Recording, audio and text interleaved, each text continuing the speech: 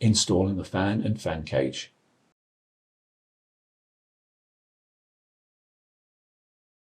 Align the fan with the slot in the fan cage.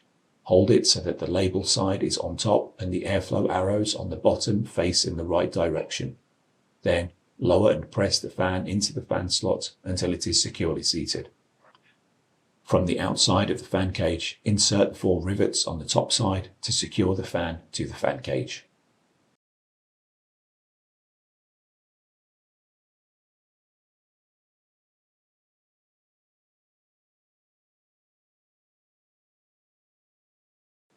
Align the fan cage with the guide pins on both sides of the node, and then lower it and slide it toward the front of the node until it is securely engaged. Turn the release plungers to the locked position. Connect all the fan cables to the system board.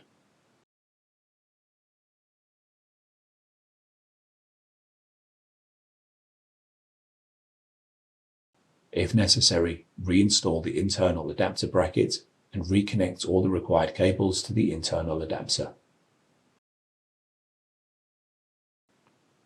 If necessary, reinstall the GPU air duct. Make sure that all the required cables are routed and connected correctly, and then reinstall the top cover.